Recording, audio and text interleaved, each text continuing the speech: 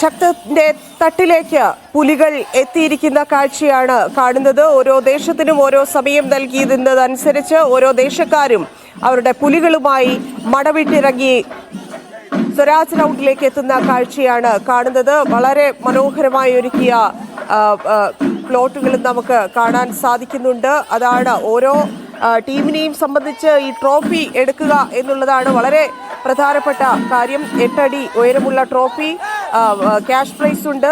അതൊക്കെയാണ് ഒന്നാം സ്ഥാനക്കാരെ കാത്തിരിക്കുന്നത്. നേരത്തെ ഒരു ടീം മെമ്പർ പറഞ്ഞതുപോലെ അത് വയനാടിന് വേണ്ടിയുള്ള സഹായമാകും എന്നൊക്കെ പറയുന്നുണ്ട്. 50,000, 43,750 അങ്ങനെ 2-3 സ്ഥാനങ്ങളിലൊക്കെ സമാന തുകകളുണ്ട്. പക്ഷെ അതിനപ്പുറത്തേക്ക് ഈ ഒരുങ്ങിയിരിക്കുന്ന കാഴ്ച തന്നെയാണ് ഇതിന്റെ ഏറ്റവും ഭംഗി കൂട്ടുന്നത്.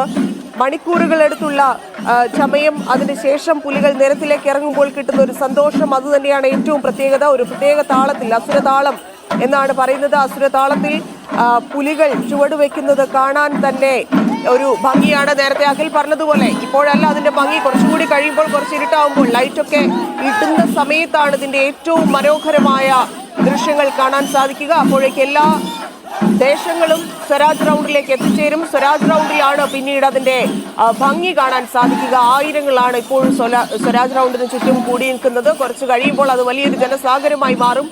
ആ സാഗരത്തെ സാക്ഷിയാക്കിയാണ് പുലികളി നടക്കുക. പുലിക്കൊട്ടിനും വേഷത്തിനും ഈ വണ്ടിക്കും അച്ചടക്കത്തിനും ഒക്കെ വലിയ പ്രത്യേകതയുണ്ട്. അതിന് പ്രത്യേകമായി സമ്മാനവുമുണ്ട്. ഓരോ തവണയും സർപ്രൈസുമായിട്ടാണ് ഓരോ ദേശക്കാരും വരാറ്. അത് അവരെല്ലാവരും അല്പസമയത്തിനകം തന്നെ സ്വരാജ് റൗണ്ടിൽ എത്തുന്നതിന് മുൻപും എത്തിയ ശേഷവും ഒക്കെ അവരുടെ സർപ്രൈസുകൾ അവർ കാണിച്ചുകൊണ്ടേയിരിക്കും. അതിന് പോലും മാർക്കുകളുണ്ട് എന്നുള്ളതാണ്. അങ്ങനെ 8 മണിയോടെ അവസാന പുലിയും ഈ റൗണ്ട് വിട്ട് മടങ്ങുന്നതോടെയാണ് തൃശ്ശൂരിന്റെ ഓണത്തിന് കൊടിയിറങ്ങുക. എല്ലാ വർഷത്തെയും പോലെ വലിയ ഓണാഘോഷങ്ങൾ നടക്കുന്ന ഒരു സ്ഥലം തൃശ്ശൂരാണ്. അവർക്ക് തൃശ്ശൂർ പൂരം പോലെ തന്നെ അത്രയും പ്രത്യേകതയുള്ളതാണ് ഈ പുലികളിയും. അവരുടെ ഓണാഘോഷത്തിന്റെ സമാപന ചടങ്ങ് കൂടിയാണ് പുലികളി. വലിയ മത്സരം കൂടി അതിനൊപ്പം നടക്കുന്നുണ്ട് എന്നുള്ളതാണ് പ്രത്യേകത. ദൃശ്യങ്ങളിൽ കാണുന്നത് പോലെ അത്രയധികം ജനക്കൂട്ടമാണ് പുലികളി കാണാൻ എത്തിയിരിക്കുന്നത്. കെ അഖിൽ ചേരുന്നുണ്ട്. അഖിൽ, പുലികളി അതിന്റെ ആവേശത്തിലേക്ക് എത്തിയിരിക്കുന്നു. നേരത്തെ പറഞ്ഞതുപോലെ ഇനി ഭംഗി കൂടിക്കൂടി വരും അല്ലേ?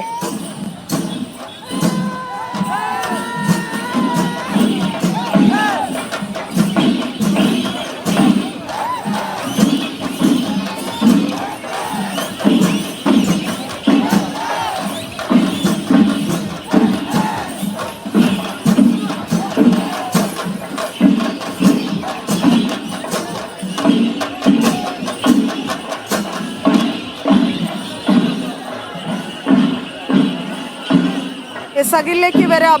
സിജോ ബി ജോൺ കൂടി ചേരുന്നുണ്ട്. സിജോ, എല്ലാ മടകളിൽ നിന്നും പുലികൾ ഇറങ്ങിക്കഴിഞ്ഞു. അവരെല്ലാവരും സ്വരാജ് റൗണ്ടിലേക്ക് ഒത്തുകൂടി. പുലികളുടെ ഒരു നഗരമായി മാറും അല്പസമയത്തിനകം തൃശ്ശൂർ എന്ന് കാണാം. ഇനിയാണ് യഥാർത്ഥ ഭംഗിയിലേക്ക്, അതിന്റെ വളരെ മനോഹരമായ ദൃശ്യത്തിലേക്ക് കടക്കാൻ പോകുന്നത്. എവിടെ വരെ എത്തി പുലികൾ?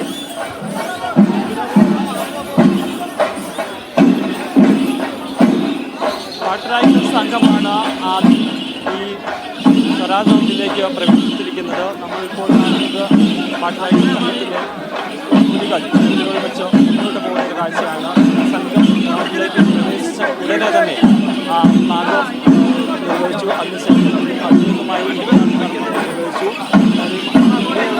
സംഘം മാത്രമാണ്, പാട്ടറായിട്ട സംഘം മാത്രമാണ് ഇപ്പോൾ തൃശ്ശൂരിൻ്റെ നഗരങ്ങളിലേക്ക് മുന്നോട്ട് പോകുന്നത്.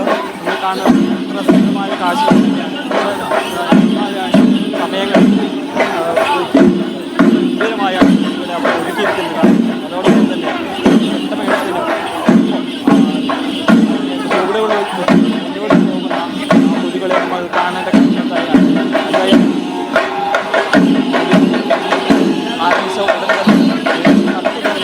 ആളുകളാണ് കണ്ട് ആസ്വദിക്കുന്നതിന് വേണ്ടിയിട്ട്.